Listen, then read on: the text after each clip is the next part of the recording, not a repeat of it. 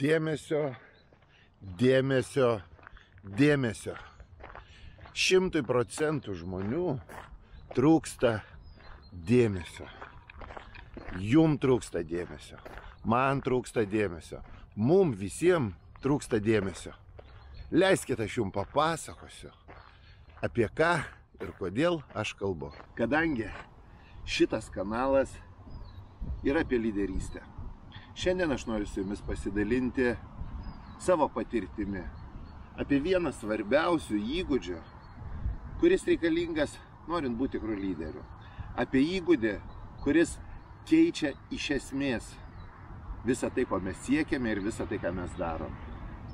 Apie komunikaciją. Daug metų aš dėstau pardavimus, daug metų dėstau derybas, daug metų dėstau manipuliaciją ir kryptingą teisingą komunikaciją. Ir aš pastebėjau ir supratau, kad 100% žmonių trūksta dėmesio. Ir mes dažniausiai nežinom patys, ką su tuo daryti, kada mums trūksta dėmesio. Ir mes lygiai taip pat nežinom, ką su tuo daryti, kada dėmesio trūksta kitiem. Taigi pasišnekėkim apie tai, kodėl tai yra svarbu, norint tapti tikrų lyderių, kodėl tai yra svarbu, norint būti tvirtu ir stipriu žmogum ir gerų pavyzdžių kitiem. Vienas iš svarbiausių dalykų kiekvienam iš mūsų yra noras ir galimybė būti išgirstiems. Tačiau tam, kad mus išgirstų kiti, mes visų pirma turime išmokti klausytis. Ir kaip bebūtų keista, absoliučiai mums visiems trūksta dėmesio. Na, atrodo, ką aš turiu omeny, kas tai per palyginimas, kaip gali būti, kad visiems trūksta dėmesio. Žinot, kai kurie žmonės skundžiasi, moteris skundžiasi, sako, aš per daug dėmesio gaunu iš vyrų. Kai kurie skundžiasi, kad per daug dėmesio gauna, nežinau, iš tų žmonių, iš kurių nenori gauti. Tačiau, būkim realistai, kiekvienam iš mūsų iš tikrųjų trūksta tikro, kokybiško, normalaus dėmesio. Dėmesio, kuomet žmonės tikrai domisi mumis.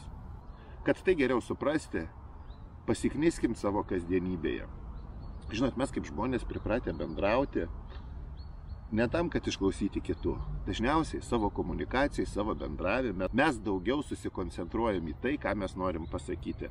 Geriausias palyginimas ir geriausias pavyzdys turbūt būtų, kuomet susitinka jauni tėveliai, jaunas mamytės su savo atžalom, visi susėda vakare, nežinau, kur nors gamtoje ar kur nors svečiuose ir visi pradeda pasakoti apie savo mažųjų pasiekimus. Ir žinot, vienas sako, mytė, žinot, sako, mūsų Petriukas tik 2 metų, bet jau taip gražiai išmoko eilėraštį. Ir žinot, visi sako, kaip faina, kaip smagu, koks šaunuolis jūsų Petriukas. Va mūsų mažoji dar tik 1,5, o jau vakar parašė eilėraštį. Oho, kaip gerai, sako kiti, žinot, mūsų 1 metukų jau knygą rašo. Visi mes bendraujam, visi mes šnekam. Ne tam, kad tiksliai įsigilinti, išklausyti ir suprasti, ką mums nori pasakyti kiti. O iš tikrųjų, mūsų komunikacija atrodo kaip nenustojamas vėmimas vienas ant kitų. Žmonės dažniausiai klausosi kitų ne tam, kad suprasti ir įsigilinti, ką jiems nori pasakyti jų pašnekovai. Bet žinot, dažniausiai mes tylim ir laukiam, kol mūsų pašnekovas baigs kalbėti. Tik tais tam, kad galėtumėm papasakoti geresnį istoriją. Žinot, tas geriausias pavyzdys, kai sako, čia tai dar nieko, va man vakar, oi, man tai dar geriau buvo. Visi norim papasakoti savo įdomesnę, geresnę, stipresnę, nuostabesnę istoriją. Visi norim paglostyti savo ego, visi norim būti dėmesio centre. Nors su mokymais apie manipuliaciją dirbu daugybę metų. Totaliai esu įsigilinęs ir jaučiu kiekvieną žmogų, kuris nori mane manipuliuoti. Mane manipuliuoti yra sunku. Tačiau man, kaip ir visiems žmonėms, trūksta dėmesio. Ir pamenu, buvo viena gera situacija. Per vieną renginį susidūriau su vienu kolega. Irgi konsultantu, irgi mokytoju. Ir žinot, nors aš daug su žmonėms bendrauju, susiduriu su daugybė įvairių žmonių. Tačiau mano darbas yra apie tai, kad aš domiuosi ir gilinuosi kitais. Ir man, kaip ir visiems kitiems žmonėms, kaip ir visam likusiam pasauliu, kaip ir visiems kitiems 100% žmonių, man trūksta dėmesio, tikro kokybiško dėmesio. Nes žmonės ne visada gilinasi ir domisi giliai manimi, nes aš sprendžiu jų problemas. Mes dažniausiai, aš gyvenu svetimų žmonių problemom. Tai atsimenu, vienam renginį sutikau vieną kolegą, konsultantą, jis manęs paklausė, su kokiais projektais dabar dirbi. Ir aš jam pradėjau pasakoti. Ir žinot, jis pradėjo gilintis ir domėtis giliau apie mano darbą, apie mano projektus, apie tai, kaip aš dirbu, ką aš darau. Ir nors aš puikiai supratau, kas vyksta, puikiai suvokiau situaciją, labai aiškiai ir gerai supratau, kad jisai nori su manim labiau susipažinti, susibendrauti, kad turbūt arba man kažką parduotų, arba kažką pasiūlytų. Tačiau mano vidų užpuolė tokia, žinot, užplūdo tokia šiluma, man pasidarė taip gera šnekėtas apie save. Aš tiesiog pradėjau suvaikti nuo savo pasakojimo, nuo savo istorijų, nuo savo balso, nuo dėmesio gaunamo man. Ir aš pamenu, kuomet aš jam baigiau pasakoti, sako, kaip įdomu, na, sako, sorry, turiu eiti visą likusį renginio laiką. Aš ieškojau to žmogaus, nes aš jam norėjau daugiau papasakoti, aš norėjau jam pasakyti dar daugiau, aš norėjau su juo bendrauti, nes jam iš tikro buvo įdomu, ką aš darau, jisai gilinosi, jisai domėjosi, uždavė papildomus klausimus ir nors aš supratau, kad tai yra dalis manipulacijos, bet tas jausmas, gavus dėmesį, buvo antiek nevaldomas, kad aš besąlygiškai norėjau daugiau su juo pabendrauti. Kodėl aš jums apie tai pasakoju?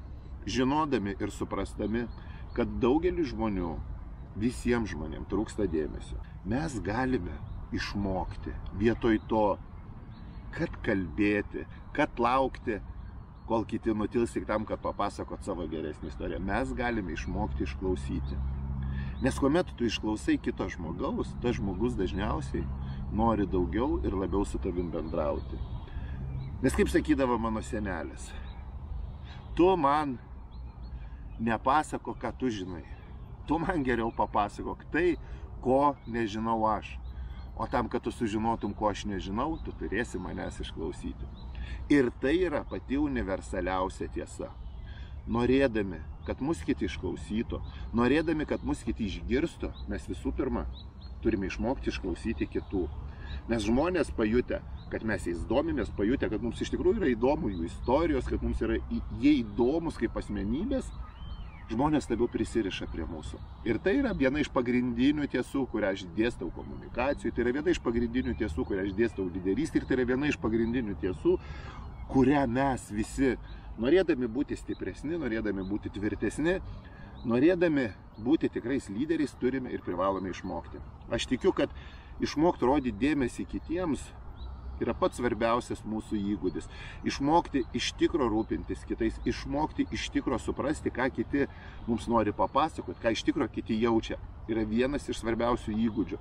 Nes šiam pasauliui dėmesio trūksta absoliučiai visiems. Todėl kiekvienam iš jūsų aš noriu palinkėti, surasti būdą ir gebėjimą savyje išklausyti kitų. Jūs nustebsite, kiek daug dalykų jūs galite sužinoti. Jūs nustebsite, kiek daug įdomių žmonių jūs galite pritraukti prie tavęs. Tik tais išklausydami ir atidžiai klausydamiesi tai, ką jums nori pasakyti kiti. Taigi, ačiū jums už dėmesį šį kartą. Išklausykite jūsų artimųjų, išklausykite kitų. Ir mes susitiksime greitai.